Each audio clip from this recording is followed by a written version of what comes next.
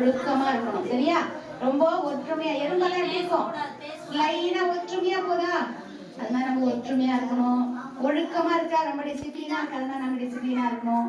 ரொம்ப சுறுசுறுப்பா வேலை செய்தா, அன்னைக்கு நான் சொன்னல, ஒரு சப்பாத்தியே வச்சுட்டாலும் மறந்துட்டு விடிய காலம் பார்த்தா என்ன ஆயிடும்?